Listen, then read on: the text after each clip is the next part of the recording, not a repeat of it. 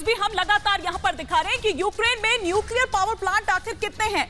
कुल nuclear power plant की अगर मैं बात करूं तो 15 है, और ये मैप के जरिए हम आपको दिखा रहे हैं। देखिए बीच में ये कीव आप जो यहां पर देख पा रहे हैं, रोवोनो जो न्यूक्लियर प्लांट है। खमेलनित्स्की की अगर हम बात करें वहां है, साउथ यूक्रेन में है, ज़ैपोरिज़िया में है। और आपने देखा था कि ज़ैपोरिज़िया में किस तरह से जब वो प्लांट पर हमला किया गया था, उसके बाद ये अंदेशा भी जताया जा रहा था कि दरअसल रेडिएशन का खतरा यहां से हो सकता है। लेकिन फिर उसके बाद लगातार खबरें यहां से आती रही, क्योंकि ये मॉनिटर किया जा रहा था कि कहीं ऐसा तो नहीं है, कहीं ऐसा तो नहीं है कि अगर ये रेडिएशन का खतरा होता है तो फिर आप सोचिए कि कितना बड़ा ये खतरा होगा।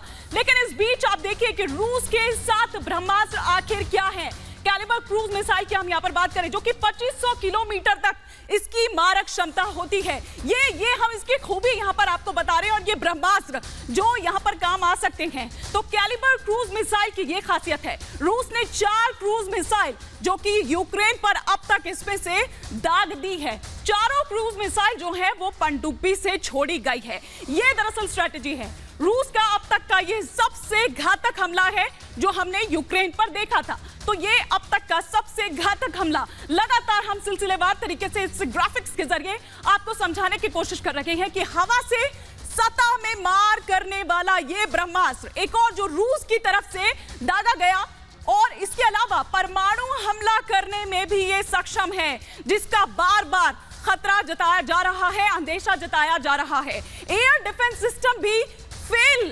तो फिर आप सोचिए कि आवाज से 10 गुना इसकी रफ्तार है। और जल्दी जल्दी मैं चाहूंगी कि आपको इस ग्राफिक्स के जरिए आपको बताती रहूं, 500 किलोमीटर तक स्कंदर मिसाइल जो है वो मार कर सकती है। ये स्कंदर मिसाइल की जो खूबी है वो हम आपको इस ग्राफिक्स के जरिए यहां पर बता रखे हैं। और इसके अलावा जो बड़ी इमारतें हैं उसको तबाह कर सकती है। तो ये स्कंदर मिसाइल की जो खासियत है, या जो ब्रह्मास्त्र आखिर हम क्यों कह रहे हैं, परमाणु हथियार ले जाने में भी दरअसल ये सक्षम है। इसके अलावा अगर हम बात करें तो आर्मी ट्रक से भी इससे ढोया जा सकता है।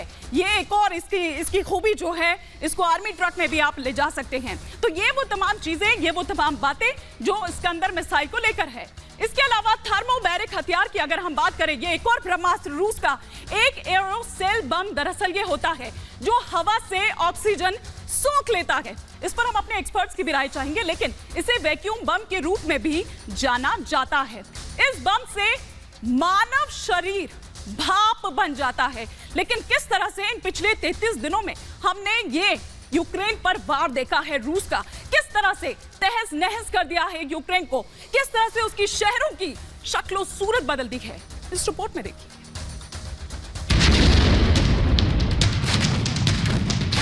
रूसी सेना पर यूक्रेन का पलटवार। हमले में रूसी सेना की गाड़ी खाक।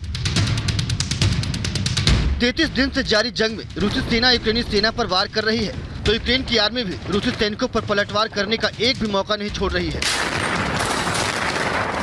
इस विस्फोटक तस्वीर को देखिए। यूक्रेन की सेना का दावा है कि उसने रूसी वाहन को निशाना बनाकर जोरदार हमला किया। यूक्रेन का यह हमला रूस के बख्तरबंद वाहन पर था, जहां हमले के बाद एक जोरदार धमाके के साथ रूसी सेना की गाड़ी आग की लपटों में घिर गई। आपको बता दें कि 33 दिन से जारी जंग में रूस और यूक्रेन दोनों को भारी नुकसान का सामना करना पड़ रहा है। लेकिन इसके बाद भी न तो यूक्रेन पीछे हटने को तैयार है और न ही रूस हमला रोकने पर राजी है। ऐसे में सवाल है कि आखिर इस विनाशकारी जंग का अंत कब और कैसे होगा। Bureau report, Republic Bharat. खास मेहमानों का पैनल भी लगातार हमारे साथ जुड़ा हुआ है। मेजर जनरल के सिन्हा सर, मैं आपसे ही समझना चाहती हूँ, हम लगातार दिखा रहे हैं कि रूस किस तरह से कितना पावरफुल है। सबको ये पता है कि वो चाहे तो एक हफ्ते के अंदर पूरे यूक्रेन पर कब्जा कर लेगा, लेकिन जो स्लो स्ट्रैटेजी अपनाई जा रही है, जिसको कह रहा है कि हम तो सोची समझी स्ट्रैटेजी के तहत काम कर रहे हैं, बाकी हमें नहीं मतलब कि वेस्टर्न मीडिया क्या कहता है, प्रोपेगेंडा क्या हो रहा है, ये स्ट्रैटेजी क्या समझ में आती है?